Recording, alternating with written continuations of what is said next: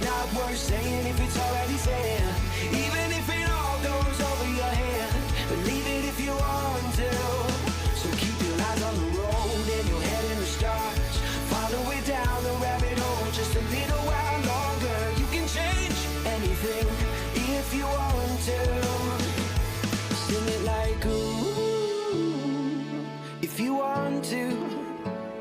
Sing it like ooh, if you want to. And I'm like, wait, how much did I just pay for the magical unicorn? She's like, fine, that's bad. So our next panel will be, is a 2:15 panel. We'll come back on this one, guys. And it's Atlantic City Esports Future. So those are those people who are part of that panel. Please come up to the couches, have a seat, get comfy, and we'll get going. Who is the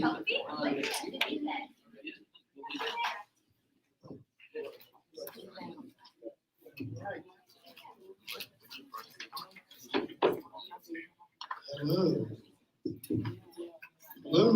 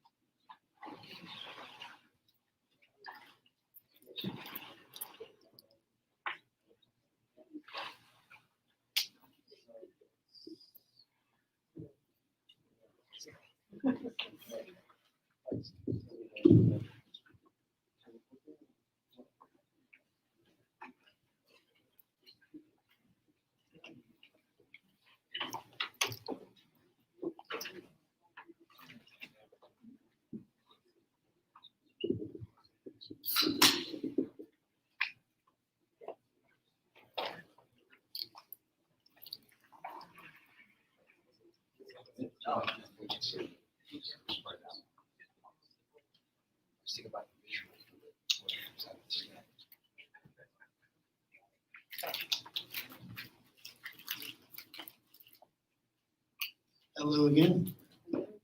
All right, so Atlantic City Esports Future is the next panel. First of all, this is a very bright room. I really like it. It's very cheery. So this is a nice little change from the other room. We have here our guests. I want everybody to introduce yourselves as you go up.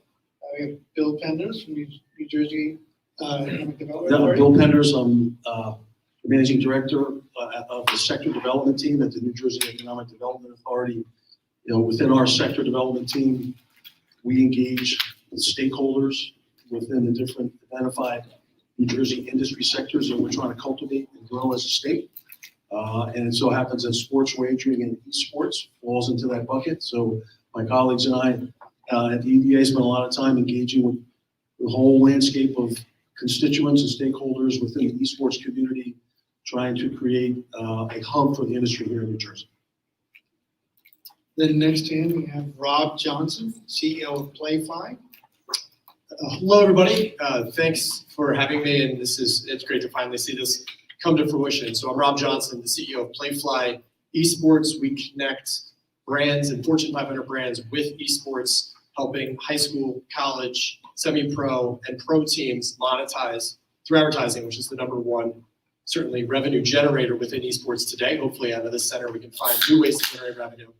My background, before PlayFly Esports, Nerd Street Gamers helped start an infrastructure company, Jackbox Games on the indie development side, and then 15 years in traditional sports with the Eagles, the Jaguars, and the Philadelphia Flyers. So taking a bunch of different experience to help grow and help continue to grow the revenue generation part of what esports is. And then we also cooperate with nonprofit NACE, NACE Star League, which is the largest collegiate league in the world.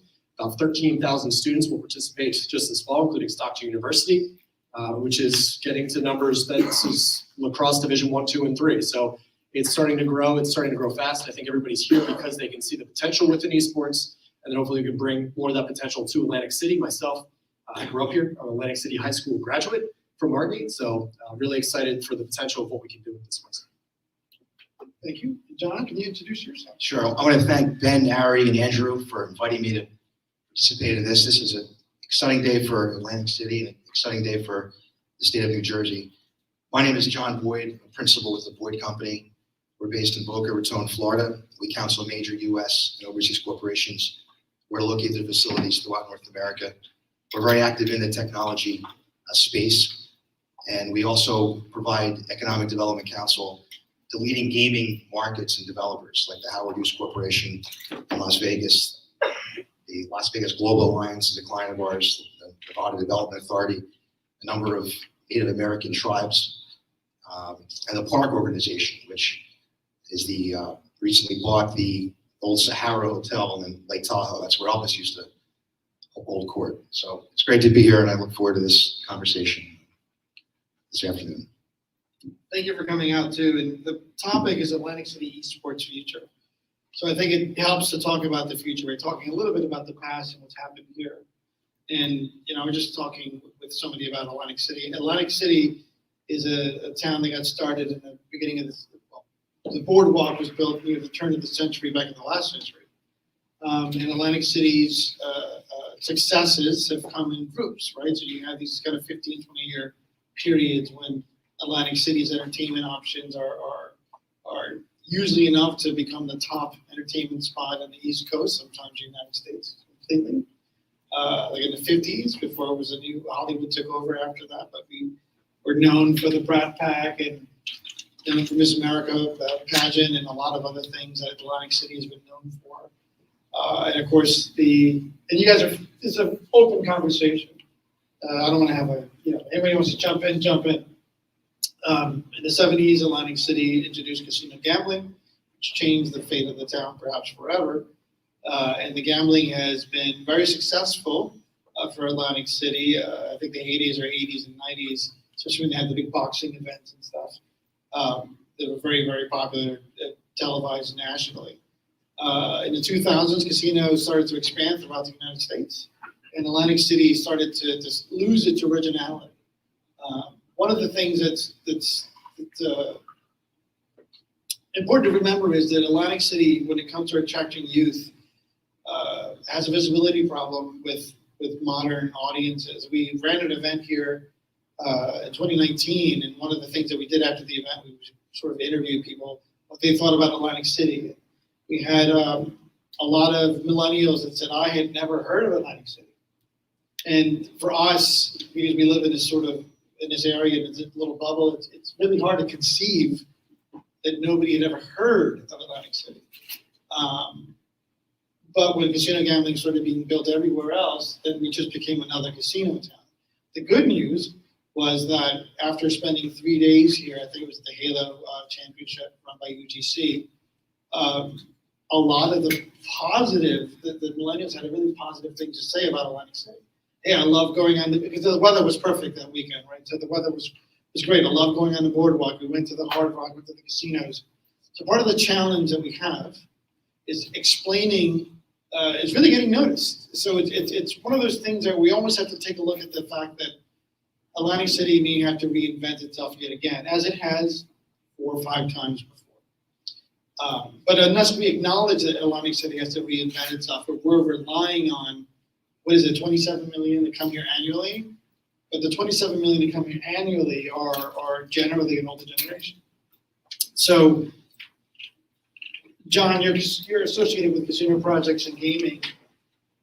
I just said some stuff that some people aren't going to like, but do you think that that's the reality of Atlantic City right now? Of course, but what's exciting is that esports really presents an opportunity for Atlantic City to diversify its economy. Okay, we can talk about the positive location branding impacts of hosting tournaments, and that's terrific.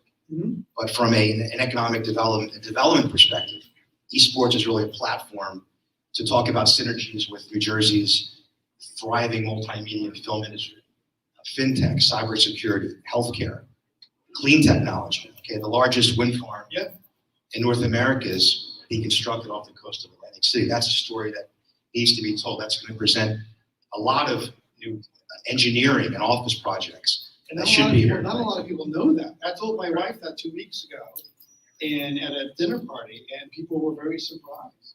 Economic development is about the stake in the system. Okay, the stake is the quantitative assets, advantages The sizzle comes down to leadership, effective promotion, Las Vegas style promotion. Yeah. And the future of Atlantic City is not the day tripper.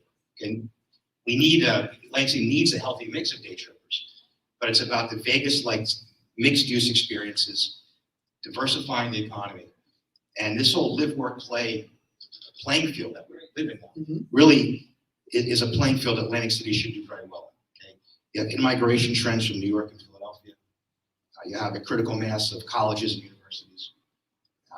And what makes me excited is to see these Vegas-like public-private partnerships, okay, led by Stockton, and the support we're getting from the New Jersey Economic Development Authority, the support from the hospitality industry, the casinos, resorts, the Hard Rock, which recently hosted the first skills-based esports event, and now the role that the private sector is playing. Okay, you have a Continent 8, okay, a global leader in data security, providing high-speed secure internet. That should be a catalyst for non-gaming related companies in fintech, healthcare, clean energy, and multimedia that need fast and secure broadband. And a great model for Atlantic City is Newark, the way they've been able to leverage high-speed internet to become a leader in fintech, companies like Broadridge and Credibility Capital, and a way for Newark to successfully promote its real estate assets, okay, like the Gateway complex. Yeah. These are narratives and advantages that Atlantic City will be able to leverage in the months and years ahead. That's a lot of what you said is both true and unknown to a lot of people. Because a lot of people in this area generally don't know the advances that Atlantic City has made over the last 5 years. And there's a lot of excitement here. But when it comes to esports in particular, do you believe that the casino industry can change its game, as it were, over the next 5 to 10 years? Or do you think they're too established in what they do now? No, money goes where it's wanted. It goes into locations and industries that are high growth. Right. No one can deny the global power of esports. Despite the pandemic, much of the pain the industry suffered over the past 18 months is as a result of the pandemic. But this is a high growth industry. You look at what's happening in Vegas, the synergies with interactive experiences, retail, and other types of entertainment. These are all possibilities that developers will look at in Atlantic City. And esports is a platform to really introduce Atlantic City in a new way. Not talk about what was, but what will be, what should be. So Vegas made a switch, and Vegas made a switch where they used to be mostly gambling and entertainment, and then the switch became primarily entertainment and gambling. Is that the case? Vegas was really ahead of the curve to diversify its economy. Vegas is now a leader, not just in the mixed-use gambling experience, the best restaurants in the world, nightclubs, but also Vegas has become a real technology powerhouse, a life sciences powerhouse. People are surprised to know that the epicenter of the world Alzheimer research happens in Las Vegas, the Lou Ruvo Brain Institute. It's a great example of, again, public-private partnerships. It gets me excited to see Stockton, and I see Rutgers here also developing an esports program. Those public-private partnerships are the key to having a successful economic development program. Wow. Thank you. So Bill. I was just going to add, just in terms of the focus on casinos, which is absolutely appropriate. And I think esports is a great opportunity for the casino industry to transform itself into its next iteration of what it's going to be for its customers. But at the New Jersey Economic Development Authority, we also see a much broader landscape of economic opportunity aside from the casinos to diversify the economy here. So part of the purpose of this innovation center, what our focus is going to be, is on workforce development and providing and creating a skilled pipeline of industry resources to the esports community so that they come here and open up business in Atlantic City and rise the tide for the whole community. Right? So getting the publishers to come here or getting other parts of the esports supply chain to come to Atlantic County and Atlantic City, because this is where the talent pipeline is being grown, is what will happen, because that's the most important thing to a company is where can I get the talent? Because that's your major asset as a company. So not only is there an opportunity for casinos to transform, but the entire economy can be raised and with this really resilient industry based on technology, based on STEM jobs, based on a whole landscape of roles here that you haven't seen in the past. So that's part of our focus as well. And I want to put some praise for the NJEDA because I've always been hearing that there's a separation between the North and the South. And the North doesn't want to help the South. I consider you the North. But I mean, Bill Penders and the NJEDA have been nothing but supportive. I mean, that's an understatement of Atlantic City and what's going on with esports. So thank you for that. We love the whole state. Equally. Rob Johnson, CEO of Playfly, is a local at times. So Rob, what have you seen? I mean, you're very involved in esports. Obviously, that's your job now. It used to be in professional sports. What do you see is the benefit to Atlantic City? Do you think Atlantic City can do it? And if they can't, or what they should do, just be open about what you think. Yeah, listen, Atlantic City can do it, can do anything. It was reinvented itself for a century. There's two problems within much of what's just been talked about, and the two problems are access and infrastructure. So infrastructure, number one, post-pandemic, if we're looking at a pro team or a publisher or somebody who wants to build an event here in Atlantic City, Vegas has also had this problem. The infrastructure, the cost to move a $3,500 PC into a room it's not supposed to be in, really takes a toll on the cost in order to host an event. So set infrastructure is something that many of the publishers, big pro events, college events, they start to look for, because once that is set, it's much easier to rinse and repeat to have more live events post-pandemic. Pre-pandemic, when money was flowing and our economy was a little bit different, we call it whatever we want today, money was a little bit different within esports. You could throw, or Activision Blizzard would lose $500,000 on an event at the Met in Philadelphia and not bat an eye. Those days have passed. Now it's looking for, how is there set infrastructure? How is there built-in base? How is there enough of a draw from a city in order to build that event? Whether it's a tournament or whether it's certainly a showcase of some sort, playing and really where you can draw a ticket is playing within the presence of pros. It's not just hosting an Overwatch League event or a Halo event. It's also being able to bring your friends and have a social experience for the people that you play with online. That starts to unlock your $50, $60, $70 ticket at a rate that we see more close to traditional sports. So having that and having that infrastructure in place in Atlantic City would be sorely needed in order to start drawing the events. One. Second, access. So being able to develop Atlantic County with the amount of people and jobs needed to, again, attract publishers, attract what's going to be a lot of these industries and ancillary industries around gaming, around esports and gaming, not the gambling part. Listen, that comes from esports. And we look at high schools and high school state associations across the country, 80, 90% of the kids participating in their esports program are STEM related. So the more access you have, or Atlantic City High School can have more access to the PCs that are going to go in this room, or being able to have something that's replacing now stick and ball courts. I don't think anybody's shocked here that the amount of kids participating in your regular baseball, football, volleyball, whatever, has declined year over year for decades, for almost a decade and a half now. What is that being replaced with? Where is that student-athlete relationship that we know can help grow young people into productive people, being able to help build businesses in Atlantic County? It does start with the schools and stuff. So access is a big part of it. Being able to have, what is a $3,000 PC? Because this isn't, a better running shoe is going to make you go 10 times faster, but a better PC is going to make you a better gamer. It's just how this industry works different than a stick and ball sport. So infrastructure one, Atlantic City, if they were to invest in something where there was an ability to quickly set up an event at a cost that was attractive, to bring in an example, the Esports Awards, huge event for the industry. It was at Esports Stadium Arlington in Texas. Vegas attracted that to Vegas this year for a 3-year deal. There's no reason Atlantic City couldn't have been within that mix. So there is an opportunity there with dedication to set infrastructure. This place is a great start. But certainly if I was going to host an event in Atlantic City, that's the first thing that I would look for, the publishers are looking for, is how to be able to do this and do events where you can start to make money. Esports industry is now maturing at a rate where the speculative money is out. How can we have a real business behind it? So that plus access, I think, would be certainly the next phase to getting Atlantic City where I think we all think it can be. Yeah, the event that we did an event with the company that Rob acquired.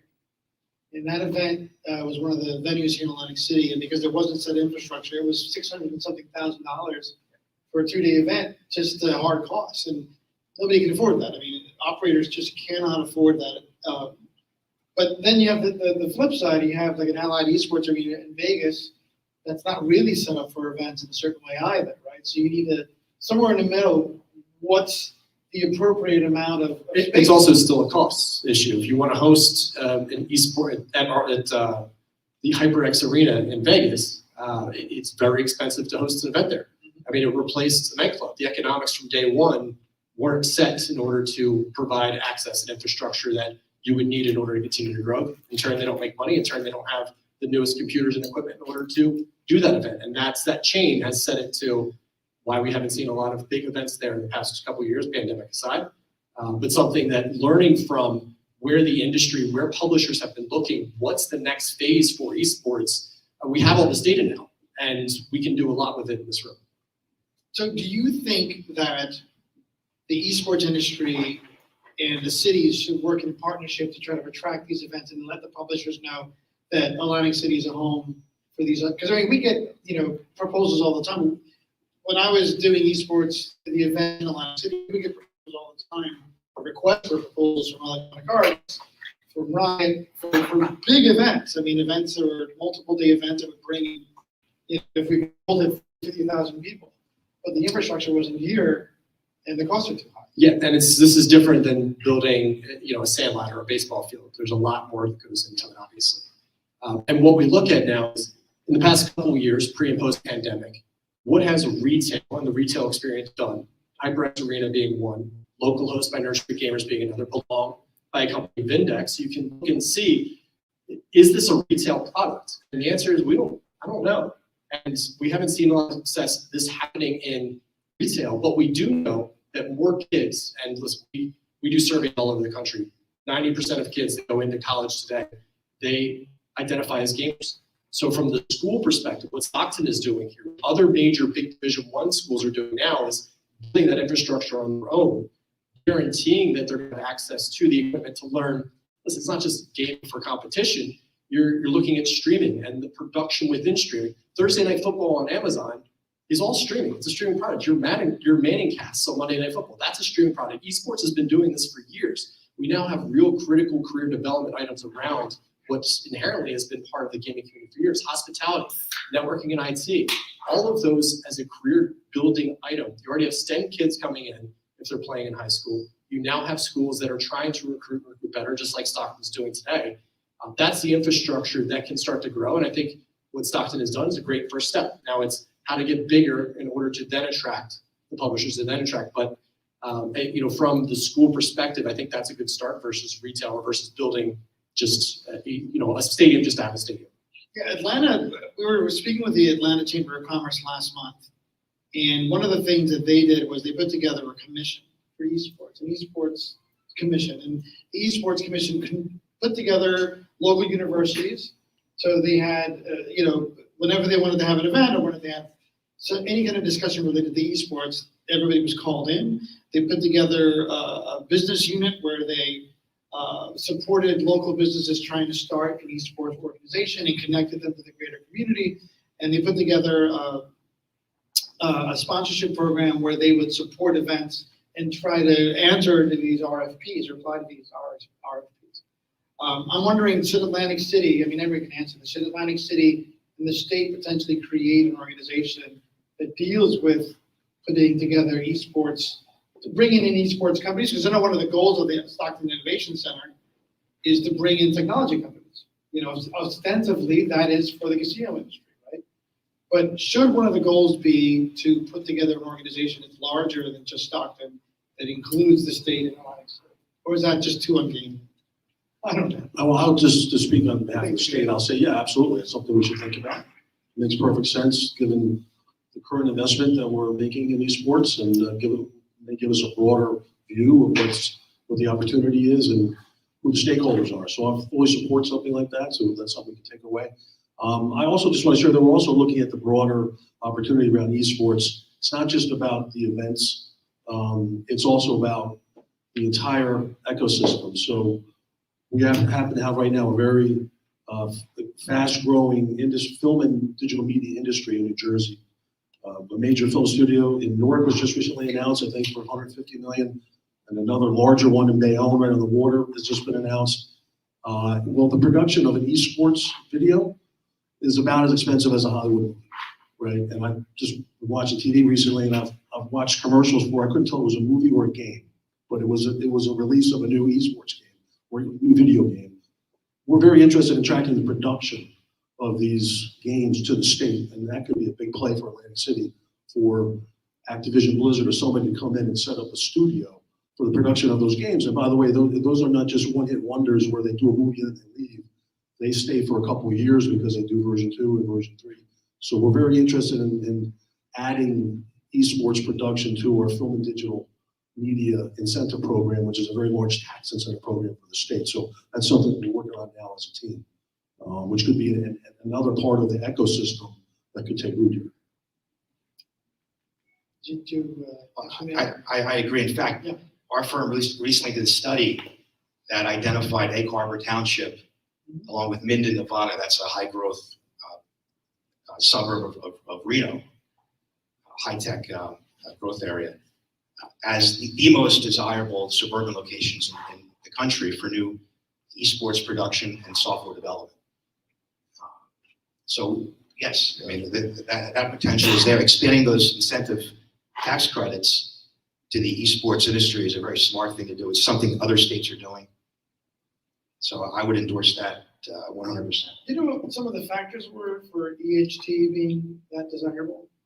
Sure. We looked at a broad range of factors, including access to labor. Okay, companies are only as good as their talent. So the critical mass of colleges and universities, the high-profile role that Stockton is playing in the esports industry. We look at real estate. You know, this region has some of the most cost-effective real estate along the eastern seaboard.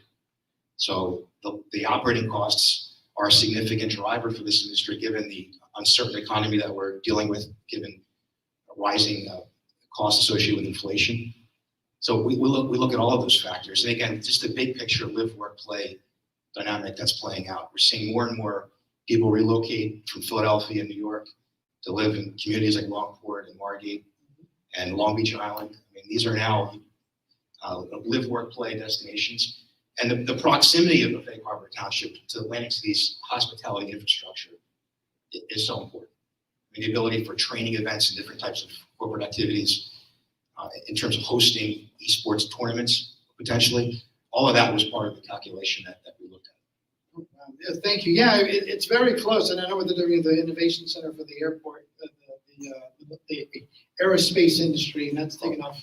That's such a under-promoted Yeah, economic development asset for this region. I mean, look at all the advances happening with avionics and a lot of synergies with AI and the types of software development that is a big part of esports. I know for a company like mine, when we started a high-tech company here in South Jersey, which is what my company does now, there were a lot of issues for us to deal with. One was finding employees that are local to this area, which can be sort of balanced with the working remotely, right? So you can hire employees remotely, and as long as you have an efficient process, that takes the kind of counterbalances of it. But one of the things that we're lacking is the ability to talk to other people, like in this room, on a regular basis that are in the same industry as us, right? So one of the things I really like about the aerospace, what they're doing at the Egg Harbor Township, which if people here don't know, they built a really significant research center for aviation in Egg Harbor Township. I mean, it is a Grumman, General Dynamics, the biggest companies in aerospace are there. And the idea is to improve efficiencies for manufacturing and maintenance and new technologies. And there's a drone technology base there. And I think and Max is back there because Max is very much responsible for a lot of that. One of our goals is to sort of bring that kind of thinking to Atlantic City, Atlantic County, Egg Harbor Township, to have these companies be able to work together to create and test new technology with partners, both at the Stockton Innovation Center and in the field, right? Like what they're doing at the Las Vegas with the things called Blackfire, right? Blackfire Innovation Center.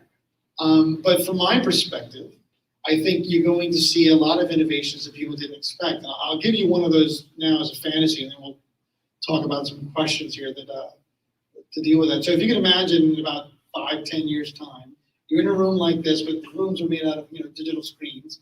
And all of you have an app, you've been raising a horse or a pet or some sort of animal, and you go into a casino and now that animal, let's just say it's a horse, and now there's a virtual horse racetrack, and you can take the horse and swipe it into that field, right? And the horse races will start every 5 minutes, and it's a real race. You bet on your horse. If the horse wins, you win some money. But the idea is it's a group experience. It's using technology that's already available now. But that kind of innovation is difficult outside of an area like Atlantic City because you don't have anywhere to test it.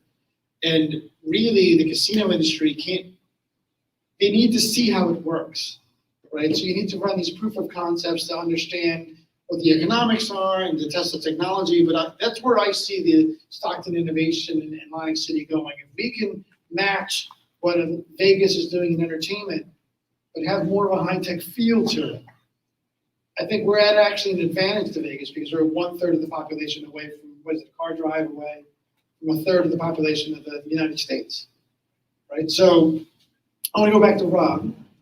Rob, like I said, you've been here for quite a while. Do you see Atlantic City and your organizations, do you see any synergies that could be created in the next 3 to 4 years? Anything that you can do locally? Yeah, and we're exploring that all the time. It's, one, to make sure it's cost effective. We're based out of Berwyn, suburb of Pennsylvania today. As esports continues to expand as a big part of our business, this is one of our prime targets for everything we've talked about to date. Having infrastructure, having certainly enough of a workforce to build from, which we can feel also that this is growing. But production and what we're seeing from big studios, production of just what's going on Twitch, what's going on YouTube. That's where we see a lot of growth, and we see there's a lot of area and there's a lot of resources here for talent. In order to do it, that would be our prime target to start. I think it's the lowest hanging fruit, but be able to have production, be able to use the city itself, the skyline, like many other cities have incentivized. Atlanta has done an incredible job with all the Marvel films and what they're doing there. I do think that would be something near term and something we are looking at now as we continue to grow and expand. Atlantic County is one of our prime targets. Do you think, anybody on the panel, do you think that the question of can esports drive casino revenue is something that we can answer? Like, how do we address that issue? Right? Because, again, going back to the premise of the Innovation Center is here partly to answer that question. Right? But, I want to get everyone's opinion on how you guys think that could work. Listen, this is now 2 generations' primary form of entertainment. As they start to mature, millennials and Gen Z will start to see new ways that entertainment is consumed. Gambling could be a very obvious part of it. As we've seen enough data to date, probably not. However, based on the popularity of now legal sports betting, and it's only a few years, and it's not even across the country yet, you can certainly see that massively popular IP tailored and made towards that type of gambling or social experience could be in the near 5-6 years. But to date, I haven't seen anything to say that that's happening today. It needs a lot of leaders, people in this room, in order to move that along. The battle for market share in the casino industry is mixed use activities. Okay, it's not just table betting and slot machines. Okay, it's high ticket events. And esports has a role within that. Okay, again, I agree. It takes leadership. It takes new incentives. But when you look at all of the regional competition, we know about the casinos in Pennsylvania. We know about casinos soon coming to North Jersey. Casinos are coming to New York. Okay, Yonkers is going to get a casino. The old Javits Center, there may be a casino next to Hudson Yards. You have guys like Steve Wynn and Steve Cohn, the owner of the Mets, that are competing for a gambling license in New York. So the old way of thinking is out the window. Okay? It's about new mixed-use experiences, and I would talk about esports in that context. So, I would say that the market's going to drive the change, right, as it always does. And I think the question is who's going to lead the pack, who gets left behind. But it's an inevitable force of nature that's going to occur. I remember, I'll date myself now, but I remember when someone told me about what email was. I didn't know what email was. And I said, why would I ever want to do that? pick up the phone and call somebody. Look where we are now. So it's the same is true for this industry and what's going to happen. It's a unique industry in terms of how they embrace change or not. But there will be some front runners who will get it. Maybe a lost leader for a little while they wait for the volume to get to a certain level, but there'll be some winners and some losers on that front. I mean, to John's point, with all that competition coming, the North Jersey, New York, what does Atlantic City's leadership need to know to compete? And can Atlantic City compete against all those threats? One of the big challenges Atlantic City's had is it's never had the type of high-profile ambassadors that Las Vegas has had. I mean, people like Shelley Adelson, Steve Wynn, larger-than-life figure, Oscar Goodman, who obviously has ties here to Atlantic City. That needs to change. Okay, you need the public sector, a high-profile mayor, governors that view Atlantic City as essential for the success of the Garden State economy, but also private sector leaders. I mean, that's a big thing. I could say this: I do see a change happening. Okay, we work with the top private developers in North America, and a lot of the people that we work with are now looking at Atlantic City the way they looked at Coney Island 15 or 20 years ago. You look at what John Castamatidis is doing. I mean, it looks like Sunny Isles, these new buildings, or live, work, play type buildings. That should be happening here in Atlantic City. And I think the esports affordability of the area. It's some of the most cost-effective oceanfront real estate. I mean, the skyline. I mean, this skyline is just beautiful, and there are so many influential people around the country, around the world, in fact, that have goodwill towards Atlantic City, that realize that for decades it's really underperformed. So this is a new playing field, live, work, play. I think that esports is consistent with New Jersey's high-growth, high-tech industries. So I'm excited to see the role that Stockton will play in this next chapter for Atlantic City and this next chapter for New Jersey. I know the owners of the pier, the new owners of the pier, they want to make esports a central part of their redesign. Experiential, a lot of experiential stuff there with not just the esports, but a lot of stuff like a living museum. Right. Interactive shopping. Interactive shopping. One of the biggest things in Atlantic City the past year was the Van Gogh. Mm-hmm. I mean, that's a big trend that's happening in the casino markets. It was nice to see the Hard Rock do that last year.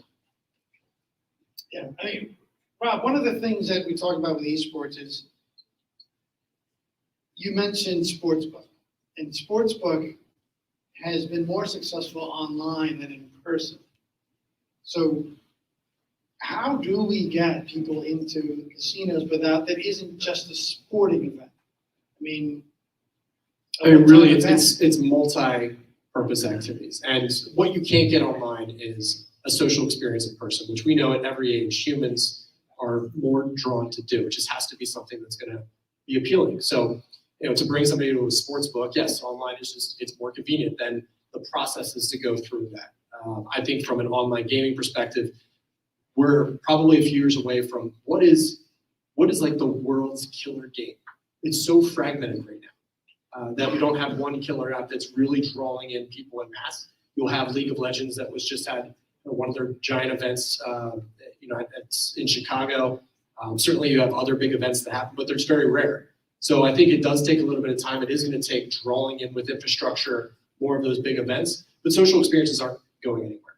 And to say from a sports book and calling that an esports event, you have to recognize that playing in the presence of pros, being able to unlock that higher ticket, and then also having content that's compelling, among other things, that's what's going to be able to draw. Vegas has 1,000 things to do for everybody at any given time, which is part of why, and now adding racing, part of why they're able to have such success and why we have to look at it not just as a one silver bullet in esports, what can we also do around that to draw not just esports events with pros, having tournaments with that, having college showcases, bringing new interactive experiences on top of it.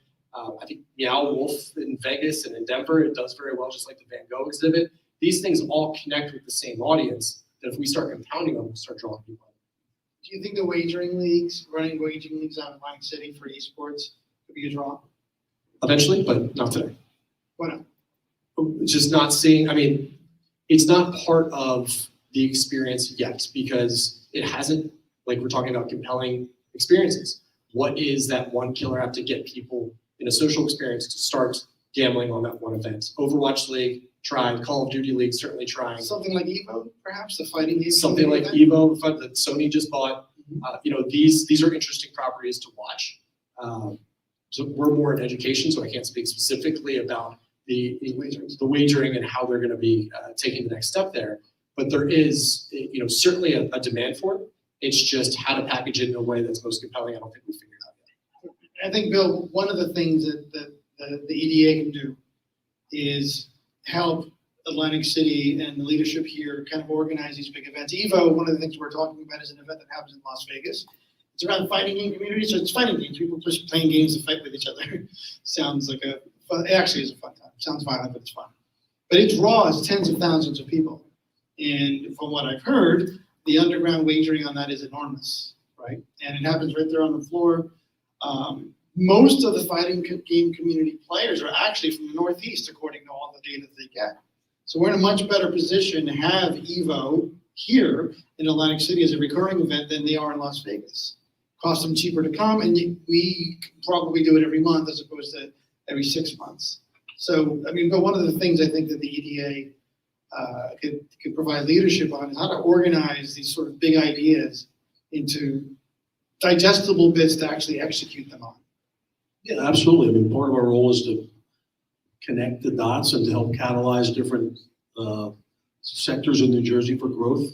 And obviously esports is one of those targeted industries for us. So we're open to playing whatever kind of role we can to sort of be the lead to bring opportunities together.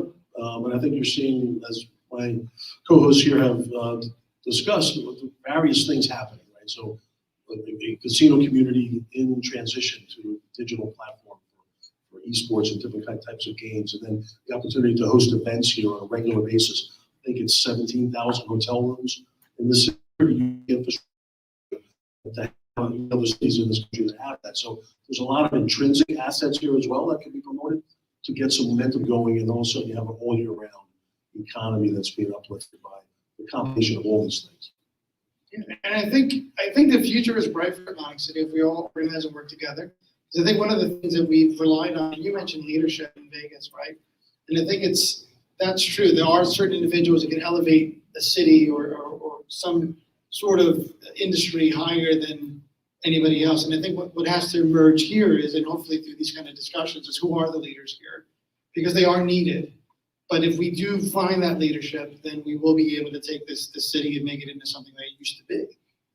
So do you guys have any closing thoughts? I think to that end, Ari's giving me the sign here.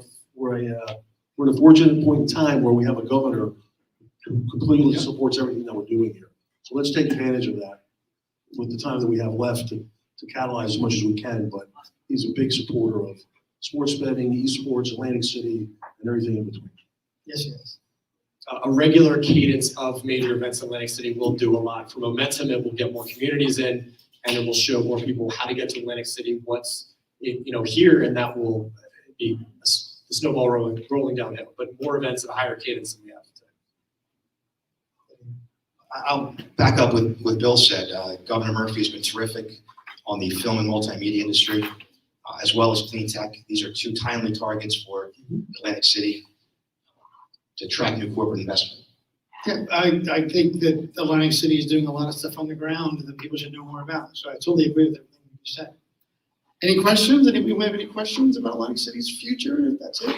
I actually have a question. Yes, sir. So we were many comparisons in Las Vegas. Mhm. Las Vegas has always and still has a very good reputation of working together. The casinos, the Chamber of Commerce, the mayor, the state. Atlantic City does not. We've had a lot of problems with the CRETA and trying to work together with the city, etc. How do we gel those people and bring them all to the table like they do in Vegas to make that comparison, or to create that sort of, like you said, leadership? This is something would be very new for Atlantic City if we actually worked all together. I think it's maybe looking at how that got started in Vegas. I can't imagine it was always like that. Then again, you have a city in the middle of the desert. You're going to try to figure out how to bring people in as much as possible, right? One of the disadvantages of Atlantic City is that it has an attraction that advertises itself, so you don't really need to do anything, right? But I agree. I think in my efforts working with Atlantic City, it's been a mixed bag, right? So you can say all the things and all the promises, and then you're held to certain unbelievable expectations, and then when you don't deliver on those unbelievable expectations, it's a failure.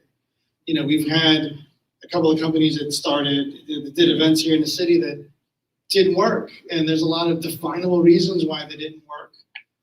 But look, it didn't work, right? And I think what we need to figure out is how do we organize ourselves? Like the other example is Atlanta.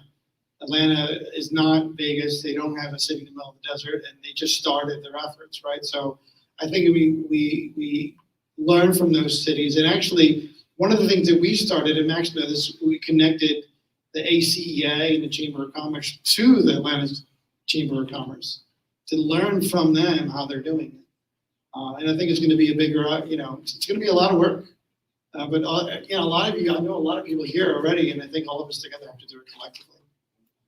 And I think the city, yes. Can I just point out that the building that we're in now, this phase 1 Atlantic City, was a partnership of the state, EDA, county, the city, the university, and private developers. So there is evidence that there can be successes, and we like to think that we're one example of how it can be done. So, but right now you're the best example of how it's done. So this building and the efforts with the Stockton and the EDA, to that effect, I think this is probably the headquarters of innovation in Atlantic City. And I expect Andrew and the gang to push this forward very aggressively. And I think Andrew has to be one of the voices out there shepherding all these cats and making sure everybody's going in a straight line. That's the goal here, for sure. All right. Well, thank you, everyone. Thank you. Our next panel Anthony will also be the moderator. It's our 3:15 panel. After that one, we're going to do investment in esports, which is at 4 o'clock. I'll be your moderator. We'll have a bunch of people. And then after that, we have a little bit of a break, and we're going to have a mixer. So everyone should come to the mixer at Knife and Fork, which is across the street. It's that older building that looks like it was from the 1920s, because it is. But that's the history of Atlantic City. I think it's very classic that we're starting something brand new, and we're having it in a place of history where history was made multiple times in that restaurant. So it's very fitting. But please join us for that mixer. It's going to be a lot of fun, and we hope to see you all there. So a couple more talks, and then we're going to move on. Thank you. What's the next one? 3:15? Yeah. Sorry, I didn't know I was hosting this one. Yeah, the 3:15.